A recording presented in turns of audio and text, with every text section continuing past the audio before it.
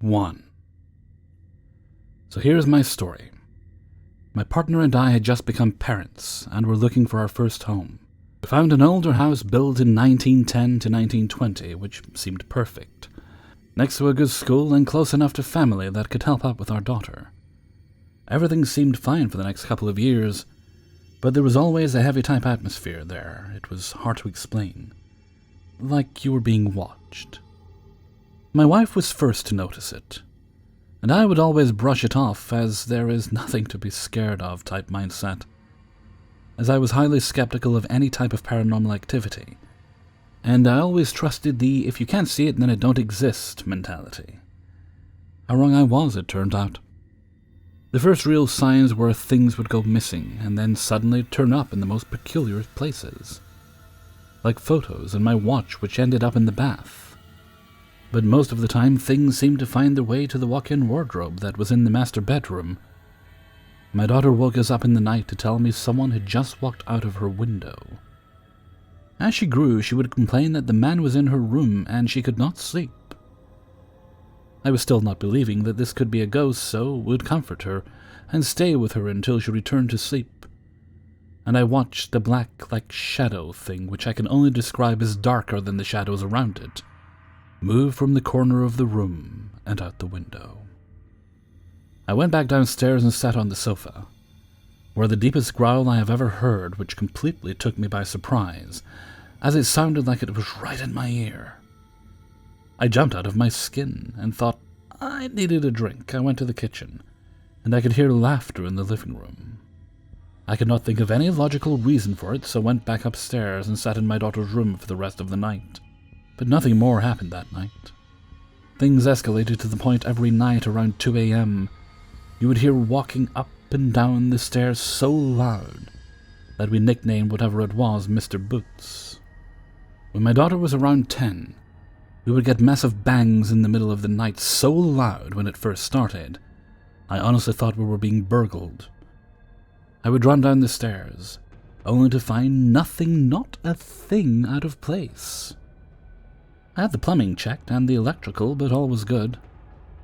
Then one night I fell asleep downstairs, and an inflatable hammer flew at the TV, instantly waking me with the noise. It had a squeaker in it. I again was trying to work out how that happened, and whilst I was looking at the hammer on the floor, it was spinning, really slowly. I jumped up and walked to the kitchen. Again I heard the laughter. I then hear the boots on the stairs, and my wife suddenly comes down the stairs, woken by a really bad nightmare. Not long after this, we could not take it anymore, and left, but I have hundreds of weird encounters, and I can honestly say this house turned me into a believer. I always wondered what was in that house, ghost, demon. We still talk about that place now, and probably always will. 2. This paranormal encounter took place at the hotel I worked at last year. I was 20 years old, working at a small mom-and-pop hotel in Ontario, Canada. I had worked there for some time before I started to stay there for a few months. The owner taught me everything that I needed to know so I can run his business, while he went on a business trip to Africa. Mind you, I didn't have a car, so my only option was to stay there and work around the clock if need be. I didn't have to pay for the room, and I got to wash my clothes in the laundry room. There was a grocery store in walking distance, and restaurants all around me where I could get food at a discounted price since I worked at the hotel. I thought this was a sweet deal. One night, my boyfriend came down to visit, and while he was in the bathroom I heard banging coming from the room next to ours. Then I heard scratching on my walls. I told him to stop playing, and he didn't even know what I was talking about. The banging continued all night, so I called the front desk and told them the people next to me were loud, and I had to be up at 6 to go down there to work. She was quiet for a while, then told me she hadn't rented out the room next to mine. Mind you, I had an end room. I quickly ran outside to see if the curtains were open or closed, and they were open. I could see right into that room, and nobody was in there. This was an outside hotel. I have never been so creeped out in all my life. Then I decided to sage the room to rid it of any bad spirits and energy, and that worked for a while until it didn't. The next time something demonic happened, I was asleep and kept hearing whispers in my ear. I hate whispers with a passion, and they creep me out to the fullest. So I sat up in bed and was looking around the dark room, and in the corner of the room, I saw white glowing eyes staring at me. I felt frozen by its glare. I could see its body and saw that it was crouched down holding its knees. Then I saw more shadows appearing closer and closer. I reached to turn on the lamp next to the bed and it didn't cut on. So my next thought was I needed to run outside and get to safety. It took all the balls in the world for me to get up and run outside. I was so scared I couldn't feel my legs. All I could feel was the cold wooden floor beneath me. I got to the door and flung it open, only to see that the bedroom curtains were on the outside of my room's window. The sky was black, and the clouds were a dark green with grey tints. I was mortified to realize that I was still asleep and I hadn't actually woken up. I looked back inside the hotel room and saw myself asleep in the bed. I screamed bloody murder, and that's when I jolted awake for real. I said a prayer and went back to sleep. The encounter that followed was worse. I went back to sleep and yet again I could hear things in my sleep. I was scared and couldn't move any part of my body. I started to pray in my head as loud as I could, only to wake and feel my body slam on the bed as if I was levitating. I called my grandma the next day, and she said that was a demonic attack. I got my car shortly after a few days later, and never stayed in that hotel again. I was severely depressed at the time I was staying there, and maybe those spirits were feeding off of me. I never stayed there again. 3. Before we begin, you must understand that everything you will hear is absolutely true, and the events continue to this day. It was last summer, my girlfriend, now wife, and I finally made the big decision to move in together. Cobblestone Square is a situation of apartment complexes surrounding a center park. After living in another apartment for 2 years, I learned a bigger apartment was opening up on the other side of the complex. We need bigger space because my wife had 2 children from a previous marriage. After a rushed inspection, we were happy to move in as June started. The months passed by and days grew shorter and colder. Autumn was drawing close, and with it, that's when the trouble began. In all the stories and movies, it starts out small, things moving from place to place, lights being left on, etc., all chalked up to forgetfulness. This was true in our case, and we didn't think much of it. It only started to escalate with the children. Our apartment is set up with 2 bedrooms and bath on the opposite end of each other. In our bedroom, we have our own private bathroom, and next to the kids' room is a small hallway leading to their own bathroom. We would give them baths here and potty train, and almost as if flicking a switch, when the autumn months came, our youngest, a 2-year-old girl, would absolutely hate going in that bathroom. At the mere mention of bath time, she would go into hysterics, or on good days, she would sit in the tub and in the process of bathing, she would look past myself or my wife and start screaming and crying. Oftentimes something would catch her eye in the mirror, and she would also start crying like mad. The most unsettling part would be that as soon as we took her out of the bathroom, she would stop and act like nothing had happened. Our son, who was 4 at the time, also would run up to us and say that he would hear a voice saying "uppy," which is a common saying among the children when they wanted to be held. We asked if it was his sister, and he would profusely say it wasn't her, but he did say it sounded like a kid. This happened a few times. With my wife being separated from her first husband and splitting custody, we would have the children come live with us every other week. On the weeks that the children would go to stay with their dad, the activity would seem to die down, but that didn't mean it wouldn't happen. I asked my wife what she remembered from last year, and she recounted a time when we didn't have the children and she was cleaning the house. She noticed the kids' door was open. We usually kept it closed, but thought that maybe I went into their room for something. Checking to see if I was inside and seeing I wasn't, She closed the door and didn't think much of it. It wasn't until a while later that she went to use the kids' bathroom and saw that the door was open again. She found me in our room and asked if I had opened it, and I said I didn't. With more incidents of lights being found on and doors opening, it all came to a head near the end of October when I was washing dishes in the kitchen. Above the sink, facing the living room, is a small window that allows me in the kitchen to look out into the dining room and living room and, additionally, the back door, which is a sliding glass door, an important detail. After the kids had been put to bed and were asleep, my wife and I set about our nightly duties or chores to finish before the next day started. As I was washing dishes, I looked up from the sink and saw in the glass of the sliding glass door a reflection of a large shadow in the hallway to the kids' bathroom. It quickly entered the bathroom, and I immediately walked over, turning on the light and seeing nothing there. I went to my bedroom where my wife was vacuuming, and I asked her if she, by chance, went into the kids' bathroom for whatever reason. I wasn't surprised by her response when she said no, and I told her what I saw. It was after this event, and subsequently Halloween, that all the activity seemed to stop. Months passed by again and jumped to 2020, August. As soon as the activity started again, I started to keep a journal of all the findings. That way there was a record. On August 10th, I went out to go to the bathroom in the kids' bathroom before going to bed, and heard a small child giggle. Both children were fast asleep. August 11th, my wife was bathing our daughter, and for the first time in a year, our little girl started to shriek in fear until she was out of the bathroom. August 13th. While getting ready for bed, our son knocked on our door. I'm always the one to answer, and he told me he was afraid. He wouldn't elaborate on what, but when I laid him down in his bed, he begged for the closet to be closed. The closet has never been a problem, and a few nights after this we returned to it being open, and haven't experienced something like this again. August 15th. My wife and I had an argument, and I went out to the couch to sleep for the night. As I was tossing and turning, I heard a child's voice in the night say, "Uh-huh," as if answering a question.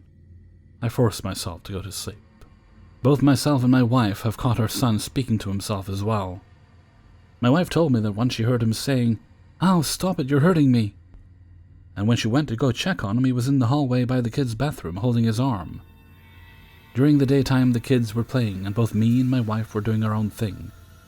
As I was sitting on the couch, our son runs behind the couch, stops, and then says, "And how would you do that?" out of the blue. I turn to him and ask him who he's talking to, and after a moment's hesitation, he says nobody. I told him I heard him say something, and he then insisted he didn't say anything. One occasion, my wife was sleeping on the couch, and in the middle of the night heard a man's whisper say, "Don't get up," to which she promptly obeyed. It was the night after that I woke up from my sleep in bed to see a shadow shape standing over me with piercing red eyes. I felt as if it was going to hurt me. My wife and I have naturally begun our interest in the spirit world. We began researching and looking for ways to go about this. We've purchased a Ouija board with no results, and from a medium, a supposedly haunted ring. If our apartment was going to be haunted, we wanted to know by who and with what intentions. It seems as if our mail-order ghost had already made their home, as one morning our front door was unlocked and slightly ajar. Nothing stolen. Tonight, as I write this, my wife and I were watching TV on the couch and decided to call it a night. But as we went to our bedroom, I noticed a low, scratching sound coming from the record player. I opened it up and saw that the turntable was moving as the needle was off its holder, turning the record player on. I replaced the needle and tried knocking the player a few times to see if it could have been easily bumped or knocked off, but no. The only way to move that needle was to pick it up with your fingers and set it down. I was reminded of one other time that this happened, long before we bought any haunted items. I am thoroughly convinced my apartment is haunted. People die in them way too often to think it not a possibility. And if nobody died here, the cemetery across the road definitely doesn't bring me any comfort. As I write this, I can say that two distinct entities can be somewhat accounted for. A small child ghost and something else. Or maybe something that wants to be viewed as a child, but let's think happy thoughts. We still live here to this day, and if any new events happen, I can be sure to add them in the comments. Autumn is just beginning, and that's when things really seem to get interesting around here. 4. I had moved to the Hudson Valley region in upstate New York when I was 12 with my mother and stepfather. My mom had many paranormal experiences before this point, but I didn't know of them yet. I myself had never experienced anything that I can remember before moving into our townhouse apartment. I don't know if there's any order to these memories because they all blur together, but I digress. The first thing that comes to mind is how terrified I was of the woods behind the apartment complex. It wasn't a massive forest by any means, but it was a good half-mile of dense trees. Unfortunately, the garbage disposal, the recycling bin, and the laundromat were all beside said woods, and even in the daytime you couldn't see much behind the initial line of trees. Oftentimes I would be the one to take the garbage and recycling out, or I would be the one doing the laundry, and since I had school and after-school activities, I would be doing these chores at night. I would always run full speed to either the shack that held the bins or the laundromat, do the chore that needed doing when safely inside, and then run back to my townhouse as soon as I was done. The reason was that I would always feel something watching me from those woods, as if I were a frightened rabbit that could sense a hungry fox nearby. Whenever I was alone next to those woods at night, I felt like prey. This leads me to my first experience. I was playing soccer with my cousin, and it was getting dark. Our family inside the house chatting and no neighbors in sight. My cousin kicked the ball a little too hard, and it landed only a few feet from the tree line. Not thinking much of it, I rushed over to grab it. When I bent down to pick it up, though, I saw the legs of a shadowy figure standing in front of me. I stood up quickly, and too scared to take a good look at whatever it was, I ran over to my cousin and told him what happened. As soon as I turned to point it out, whatever it was gone. The next experience is probably the one that haunts me the most. There was a walking path behind the apartments that led to the road on the other side of the woods, and about halfway down the path, there was an abandoned house with a small overgrown field of what I think was wheat growing beside it. The woods surrounding the area on all sides. A neighbor kid and I decided to walk the path before it got dark, and we passed by the house without really looking at it. As we were heading back, my neighbor stopped in his tracks and smacked my arm to get my attention, saying, "What is that?"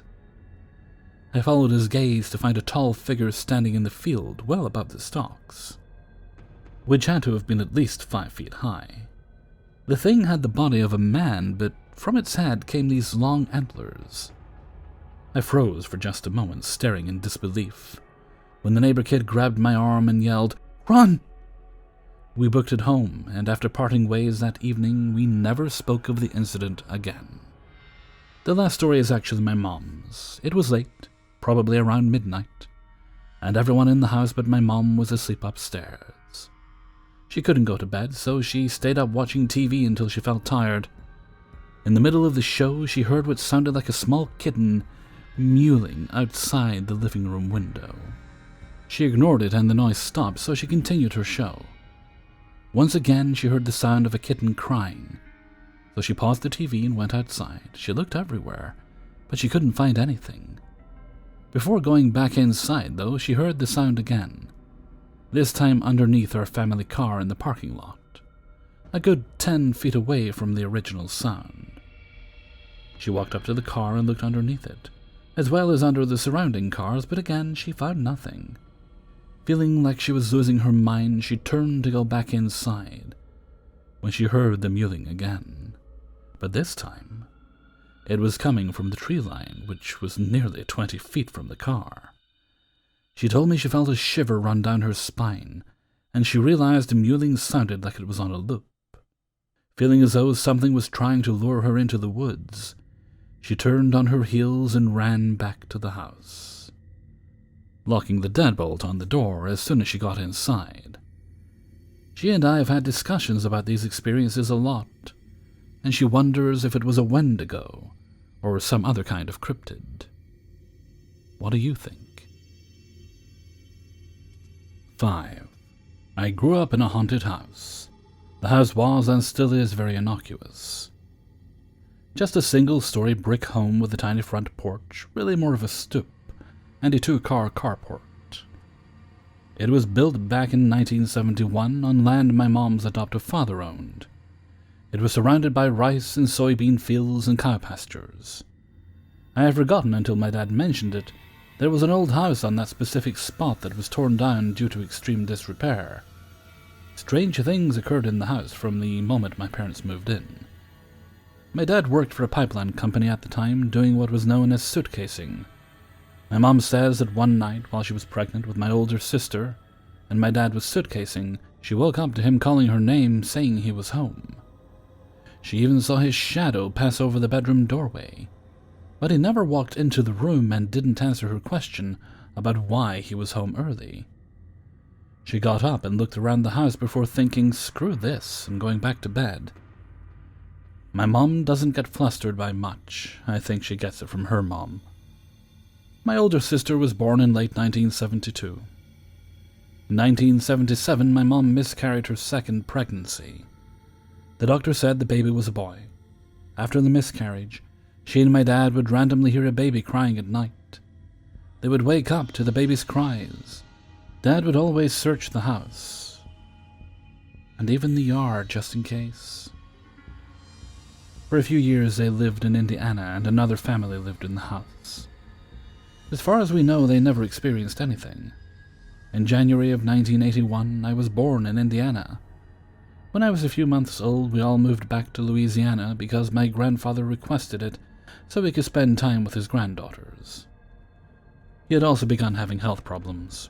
He died in November of 1981. I grew up on recordings of his fiddle playing and stories of his large personality and kind heart. I don't remember my first experience with the strange stuff in that house. It was my normal. The ghost car we would hear drive down the quarter-mile-long driveway, turn off the engine, and its doors slamming closed, was shrugged off or joked about. Sometimes we would even hear footsteps on the cement of the carport, but nobody would be there. We had the typical voices calling our names, but nobody was actually calling. So many times one of my parents would knock on my bedroom door to check on me when I was in the enclosed back porch because they thought I had called for them. It was just normal to hear some distant voice calling my name while I was playing outside, or even hear that voice call my sister's name if she was outside with me. Sometimes the voice even called the name of whichever friend I had visiting. Considering many of them also lived out in the country, they didn't really buy the whole strange acoustics excuse. Mid to late 80s, my dad was a tech junkie. The moment he could afford a home computer, we had one. A Tandy, I think. It was fully DOS operated. I knew a number of commands before I learned my multiplication tables. This is notable because more than once I woke up late at night, always had insomnia, and left my room for a drink or to go watch TV. The office light would be on, so I would think somebody was awake, but no. It was just the computer, that manual DOS command computer playing solitaire or rogue. I watched for a bit and would be like, good game, and go back to the living room or my bedroom. The radios in the house would turn on and off. Scan through various stations, the knob for scanning would move back and forth on its own, and change volumes. The TVs would do the same, but not as frequently. We had this touch lamp which would cycle through 3 brightness levels. Light bulbs would pop like they burnt out, but they wouldn't be burnt. Stuff would shift places. Put a can of soda down in the living room, end up finding it on the highest shelf of the entertainment center in the living room. Clean my room, get back from school to find everything from the closet shoved onto and against my bed on the other side of the room. Basic I lived in a haunted house stuff. There were other experiences, but the one which really unnerved me involved my grandfather, the aforementioned grandfather who played fiddle and died before I was even a year old. I was in bed one night, trying and failing to go to sleep. My bed was against the far wall from the doorway. I slept with my door open, so that meant if I turned on my right side, I could see my parents' bedroom door across the narrow hallway. The hallway bathroom's light was always on, so there was no stumbling in the dark to get to the bathroom. My parents' policy, I think. I started hearing a fiddle playing and thought, wow, that sounds like Papa's fiddle playing. Then I started hearing footsteps as the music got closer and started feeling uneasy. Something was just a little bit off in the fiddle playing. The footsteps got louder in a way that should have been impossible because the hallway had thick shag carpet. My unease grew. I saw a shadow on the hallway wall and partially on my parents' bedroom door. The fiddle playing continued. I started to get angry. If it had been my grandfather's spirit or shade or whatever, he would have played a particular song for me. Before his death, he would play this one particular song on his fiddle to help stop crying or go to sleep. This mockery of my grandfather was not playing that song. And again, the sound was just off. I was like, fuck off. Because even at like 8 or 9 years old, I appreciated a good cuss word for its impact. Then I turned my back to the doorway, pulled my blanket over my head, and ignored it until it went away. Hey everybody, Hellfreezer here, and thank you very much for listening to 5 True Paranormal Stories, episode 205. And thank you very much to everybody who allowed me to use and sent in stories for use in this video. If you yourself have a story you'd like me to use of your own, then please do send it along to kingofthecities@gmail.com. You know, as I was reading that story, as I was narrating the story about the hotel, for a second I thought, hang on, this isn't going to take place at the same hotel with the guest who passed away that I read about in yesterday's video, because that would be one hell of a sequel. Okay, with that I'm going to head off for now. So until next time, thank you very much for listening, and take very good care of yourself.